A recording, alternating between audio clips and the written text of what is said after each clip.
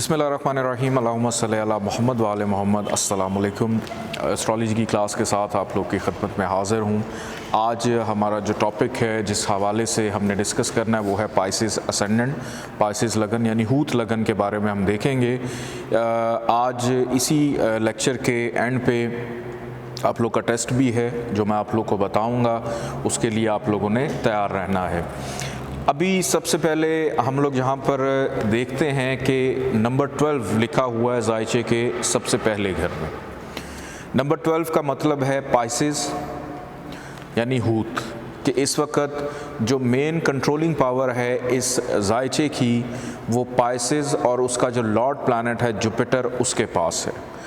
तो जुपिटर के पास इस वक्त इस जायचे के दो बड़े अहम डिपार्टमेंट हैं। एक तो उसने असेंडेंट अपने पास रखा हुआ है और दूसरे नंबर पे उसने 10वां घर भी अपने पास रखा हुआ है। नंबर 9 जहाँ पर लिखा हुआ है, 9 मतलब सजिटेरियस। दो अहम डिपार्टमेंट इसके पास आने की वजह से असेंडेंट 10वां जुपिटर इस जायचे में एक अच्छा प्लैनेट माना जाएगा, अनलेस और अनटिल उसकी प्लेसमेंट क्या है, वो ख़राब तो नहीं है। पिछले लेक्चर में असेंडेंट का ख़राब होना मैंने बड़ा तफसील में आप लोग को बताया था। तो इसके अंदर जुपिटर को हम एक साइड पे करेंगे क्योंकि ये अच्छा प्लैनेट माना जाता है। इसके बाद हम आगे बढ़ते हैं, आगे देखते हैं जायचे का दूसरा घर और जायचे का 9वां घर। ये दो बड़े अहम डिपार्टमेंट इसने दे दिए मार्स को यानी मरीख को, कि अपना फाइनेंस दे दिया, और 9वां घर कि अपना नसीब भी मार्स को दे दिया।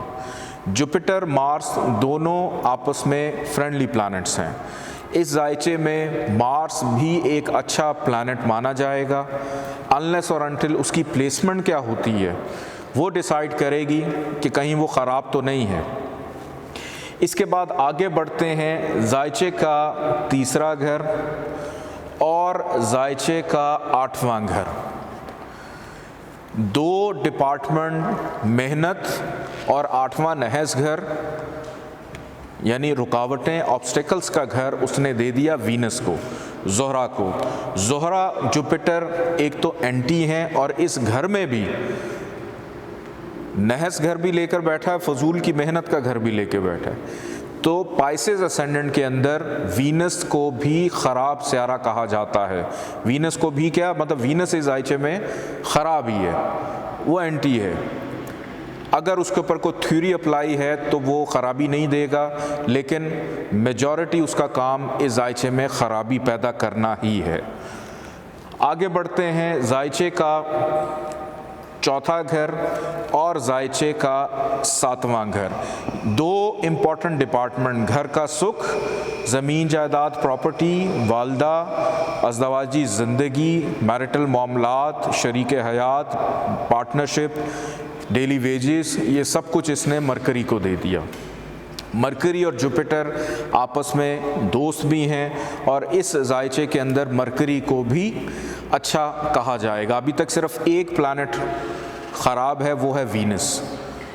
मुश्तरी अच्छा, मार्स अच्छा, मरकरी ठीक, लेकिन उनकी प्लेसमेंट बताएंगी कि वो अगर ख़राब हैं तो ख़राबियाँ भी देंगे, वो प्लेसमेंट पे भी हम आएंगे। आगे बढ़ते हैं जायचे के 5वें घर की जानिब। अब 5वां घर जुपिटर ने दे दिया कमर को यानी मून को, और मोल तरकोन के अंदर भी उसको एक घर मिल गया, और मून वैसे ही जुपिटर के साथ फ्रेंडली भी है। तो इस जायचे के अंदर जुपिटर का जो दोस्त है मून, वो भी एक अच्छा प्लैनेट होगा, एक अच्छा प्लैनेट माना जाएगा। अब इसके बाद आगे बढ़ते हैं जायचे के 6ठे घर की जानिब। छठा घर, छठा घर जुपिटर ने दिया है शम्स को। अब है उसका दोस्त, लेकिन नहस घर लेकर बैठा हुआ है, ख़राब घर। तो शम्स इस जायचे में कभी भी अच्छे असरात नहीं देगा, हमेशा एंटी रहेगा, क्योंकि नहस घर का मालिक है।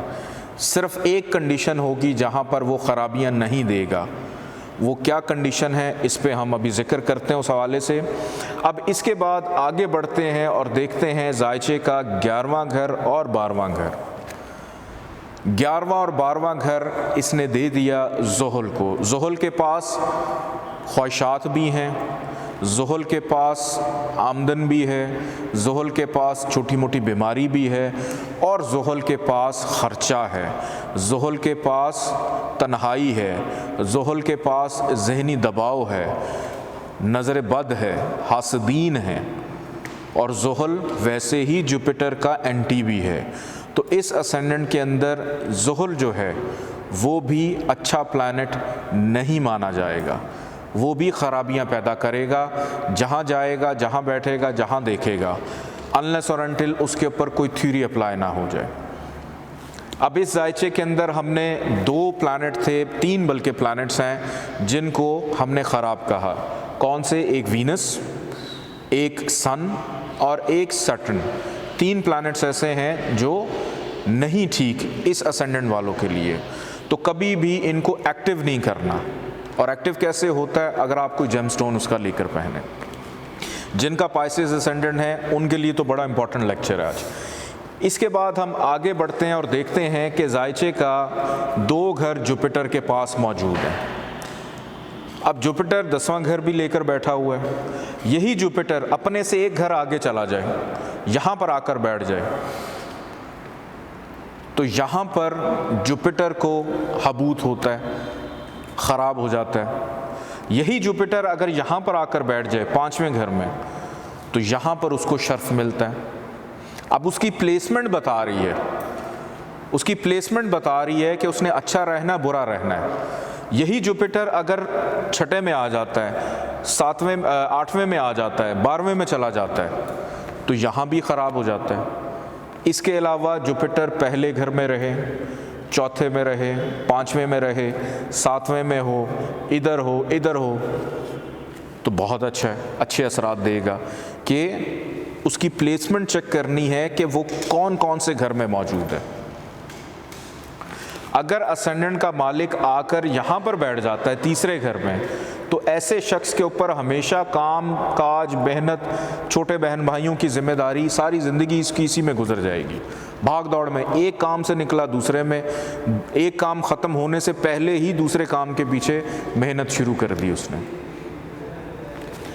अब ज़ायचे का 2रा घर और 9वें घर का लॉर्ड जो है मार्स, ये अगर आकर बैठ जाता है मूल त्रिकोण के अंदर यहाँ पर, और अगर कोई आपको कह दे कि जी बड़ा अच्छा प्लैनेट है मार्स और बड़ा अच्छा योग लेकर बैठा हुआ है और यहाँ पर आकर बैठ गया मूल त्रिकोण में, तो क्या होगा?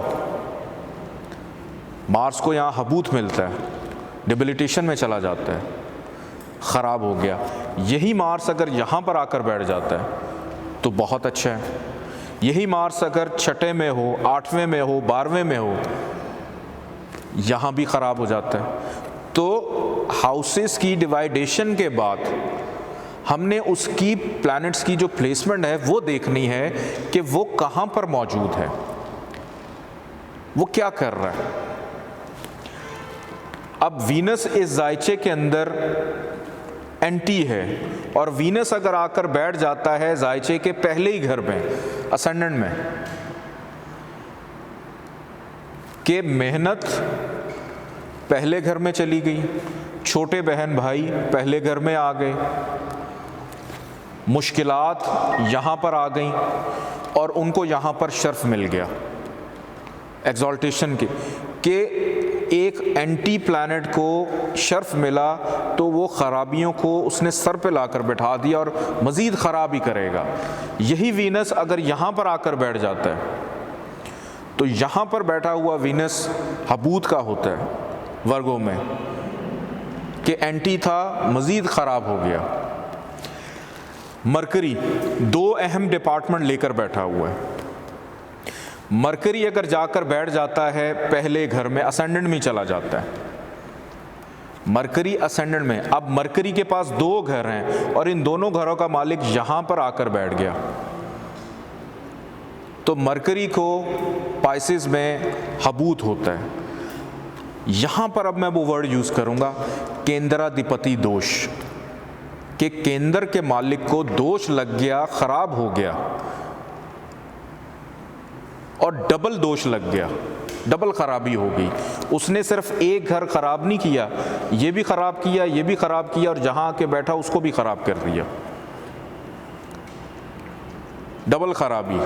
अब यही मरकरी छठे में आ जाए, यही मरकरी यहाँ पर आ जाए, यही मरकरी 12वें में चला जाए, तो यहाँ पर भी ख़राबी पैदा करेगा। अभी पीछे मैंने वीनस का बताया कि एंटी है। वीनस अगर जायचे के छठे घर में हो, 8वें में हो, 12वें में हो और असेंडेंट का मालिक अच्छा हो जुपिटर, तो वीनस को विपरीत राजयोग मिलता है कि वो जहाँ पर बैठा होगा, जिस योग को विपरीत राजयोग लेकर बैठा हुआ है, उस घर की खराबियों को बेहतर करेगा, ख़राब नहीं करेगा, बेहतर करेगा। और विपरीत राजयोग की कंडीशन में कभी स्टोन नहीं पहना जाता। इस चीज़ को आप याद रखें कि आपको कोई कहे कि विपरीत राजयोग लगा हुआ है, मतलब एक अच्छा योग लगा हुआ है, और आप उसको मज़ीद एक्टिव करें, तो वो क्या करेगा, वो लगता नहस घर में है, तो साथ उस नहस घर की खराबियों को भी हाईलाइट करेगा। अब मून की प्लेसमेंट अगर हम देखें इस जायचे में, मून अगर जाकर बैठ जाता है जायचे के तीसरे घर में, यहाँ पर मून को शर्फ मिलता है कि इंसान मेहनत करेगा, उसका सिला, उसका फल, उसका रिवॉर्ड, मेहनत करने से उसको अनसर्टेन गेन मिलेगा, फ़ायदा मिलेगा। मून अगर आकर बैठ जाता है जायचे के 9वें घर में, कि मूल त्रिकोण का मालिक मूल त्रिकोण में ही आकर बैठा हुआ है, लेकिन हबूत का है, डिबिलिटेशन का है, ख़राब है, ठीक नहीं है। शम्स की बात करें, शम्स अगर छठे घर में ही हो और लगन का मालिक जुपिटर अच्छा हो, तो शम्स को विपरीत राजयोग मिलेगा कि मायूसी जल्दी नहीं आने देगा, अपनी दशांतर दशा के अंदर खराबियां नहीं पैदा करेगा, कर्ज नहीं बढ़ने देगा। यहाँ पर है मुश्तरी अच्छा है, विपरीत राजयोग 12वें में है, मुश्तरी अच्छा है, विपरीत राज, लेकिन अगर मुश्तरी हबूत का हो गया तो फिर ये कैंसिल हो जाता है, फिर ये असर नहीं रखता। इसके अलावा शम्स अगर यहाँ पर आकर बैठ जाता है कि बीमारी को उठाकर लाइफ पार्टनर के घर में रख दिया, कि शादी के बाद लाइफ पार्टनर की सेहत कभी भी ठीक नहीं होने वाली, ये ख़राबी देता है। ज़ुहल की बात करें, ज़ुहल इस जायचे में अगर आकर बैठ जाता है यहाँ पर, कि ख़र्चे का मालिक यहाँ पर आकर बैठ गया, नीच का हो गया, डिबिलिटेशन का हो गया, मज़ीद ख़राबी, फाइनेंस के घर में बैठा है, पैसा जुड़ने ही नहीं देगा, ख़ानदान से बनने नहीं देगा, हमेशा कड़वी बात करेगा, इंसान मायूसी की बात करेगा। यही अगर यहाँ पर आकर बैठ जाता है ज़ुहल, और यहाँ पर मुश्तरी अगर अच्छा हो, तो ज़ुहल को विपरीत राजयोग मिलेगा, चूँकि उसके पास 12वां घर भी है, यहाँ पर उसको शर्फ भी मिलेगा। लेकिन कंडीशन ये है कि विपरीत राजयोग शर्फ का है, अच्छा है, लेकिन कभी उसको मज़ीद एक्टिव नहीं करना, जैसा है वैसा ही उसको रहने दें। इसके अलावा ज़ुहल जहाँ जहाँ जाएगा वहाँ पे प्रॉब्लम्स को पैदा करेगा। अकॉर्डिंग टू प्लेसमेंट्स, ज़ुहल हो या कोई भी प्लैनेट हो, एंटी है, एंटी नहीं है, जो भी है, अकॉर्डिंग टू प्लेसमेंट वो अपने असरात शो करते हैं। और द मोस्ट इम्पॉर्टेंट थिंग, उनकी डिग्री क्या है। और इससे भी इम्पॉर्टेंट चीज़ ये है कि आप लोगों को ये याद होना चाहिए कि जो पहला घर है, दूसरा घर है, 12 के 12 जो घर हैं, इन घरों के अंदर क्या क्या खुसूसियात हैं, कौन कौन सी खुसूसियात हैं, ये क्या क्या लेकर बैठे हुए हैं। आज की टिप ऑफ द डे, उसके बाद आपको मैं टेस्ट दूंगा। अक्सर आपने देखा है कि लोगों को नाखून बढ़ाने की आदत होती है और उनके अंदर मैल जम जाती, मैल फंस, गंदगी फंसती है, और वो जो गंदगी फंसती है उसका ताल्लुक़ होता है ज़ुहल, राहु और केतु से। ख़ास तौर पे जिनकी साढ़सती चल रही हो, जो अपना जायचा देखते हैं, समझते हैं, उसके अंदर कभी भी अपने नाखून ना बढ़ाएं, ताकि कभी भी, क्योंकि आपके हर काम करने के लिए आप हाथ आगे बढ़ाते हैं, यानी, और उन हाथों में क्या है, ज़ुहल राहु केतु छुपा हुआ है और साढ़ सती भी लगी हुई है, मुश्किल दौर चल रहा है, मज़ीद ख़राबी। और दूसरे नंबर पे ये कि अक्सर लोग ये कहते हैं हमारे घरों में बरकत नहीं है। बरकत के हवाले से मैंने पहले भी एक चीज़ बताई थी कि अपने घरों के जितने भी जो डस्टबिन्स होते हैं उनको हमेशा कवर रखा करें, उनको कभी खुला ना छोड़ा करें, क्योंकि उसके ऊपर भी राहु केतु के असरात होते हैं, गंदगी पे, गलाजत पे, नापाकी पे। तो हमेशा उनको ढक के रखा करें ताकि आपके घर के अंदर पॉजिटिव वेव्स पैदा हों। अब हम टेस्ट की जानिब बढ़ते हैं। टोटल 4 सवाल हैं और आप लोगों के पास सिर्फ 4 दिन है, सिर्फ 4 डेज़ कि आपको लेक्चर संडे तक मिलता है, Monday, Tuesday, Wednesday and Thursday. Thursday के बाद फ्राइडे को किसी का भी टेस्ट आया तो वो काबिल कबूल नहीं होगा। सिर्फ 4 दिनों में आपने इसका जवाब देना है। सबसे पहला सवाल, हमने इंट्रोडक्टरी लेक्चर के बाद जो हमारा असल पहला लेक्चर था जिसमें 12 घर हमने पढ़े थे, 12 हाउसेस पढ़े थे, जो हमारा एक्चुअल पहला था, दूसरी क्लास थी लेकिन लेक्चर पहला था वो। उसके अंदर मैंने आपको हाउसेस के बारे में पढ़ाया था। उसके साथ एक 7 एक्स्ट्रा पार्ट्स भेजे थे जिसमें हर घर की तफसील बताई गई थी कि एक घर में किन किन खसूसियात कौन कौन से घरों में होती हैं, बड़ा डिटेल में बताया गया था आप लोगों को। वो आप लोगों के पास मौजूद होगा लेक्चर। सबसे पहला सवाल ये है कि जायचे के जो 12 घर हैं, हर घर की 20-20 खसूसियात आप लोगों ने लिखनी है। हर घर की 20 खसूसियात। फॉर एग्ज़ाम्पल, असेंडेंट जो है, पहला घर जो होता है, अब पहला घर इंसान की शख्सियत है, उसका सर है। इसी तरह मैंने सैकड़ों चीज़ें बताई हुई हैं उसमें, आप लोग सुने, समझें और उसको लिखें। दूसरा घर, उसमें कौन कौन सी खसूसियात होती हैं। इसी तरह 12 घरों की 20-20 खसूसियात, 20, इससे ज़्यादा भी लिख देंगे अच्छी बात है, लेकिन 20 से कम नहीं होनी चाहिए। दूसरा सवाल ये है कि कौन कौन से प्लैनेट को बशमूल इंक्लूडिंग राहु केतु, कौन कौन से ज़ोडिक साइन के अंदर शर्फ होता है, यानी उच्च का होता है, एक्सॉल्टेशन का होता है, और कौन कौन से ज़ोडिक साइन के अंदर, बुर्ज के अंदर उसको हबूत होता है, डिबिलिटेशन का होता है, नीच का होता है। ये दूसरा सवाल है। तीसरा सवाल, जितने भी सियारे हैं, 7 सियारे और 2 राहु केतु जो शैडोज़ हैं, इनकी कितनी नज़रात होती हैं, कितनी नज़रात होती हैं, ये आप लोगों ने बताना है। मैं मिसाल दे देता हूँ। सबसे पहला, अगर प्लैनेट है सन, तो उसकी एक नज़र है 7वीं, सामने देखता है। हर प्लैनेट जो है वो अपनी 7वीं नज़र लाजमी रखता है, लेकिन कुछ ऐसे प्लैनेट्स भी हैं जो एक से ज़्यादा नज़रात भी रखते हैं। राहु केतु भी एक से ज़्यादा नज़र रखते हैं। ये आप लोगों ने एक लाइन में उनके नाम लिखने हैं प्लैनेट्स के, और आगे उनकी लिखनी है कि 1, 2, 3, 4, 5, 6 जो भी नज़रें हैं वो आप लोगों ने बतानी है। चौथा सवाल कि कौन कौन से प्लैनेट को एक जायचे के अंदर किस सिमत में डायरेक्शनल स्ट्रेंथ मिलती है, कौन सी डायरेक्शन में उसको सिमत मिलती है, जिसको कुछ मेरे स्टूडेंट दिशा बली भी कहते हैं। डायरेक्शनल स्ट्रेंथ हमने पूरा एक लेक्चर किया हुआ है इस पे, कुव्वते सिमत सियारागान डायरेक्शनल स्ट्रेंथ के ऊपर, कि कौन कौन से प्लैनेट किस किस जगह पर डायरेक्शनल स्ट्रेंथ में होते हैं।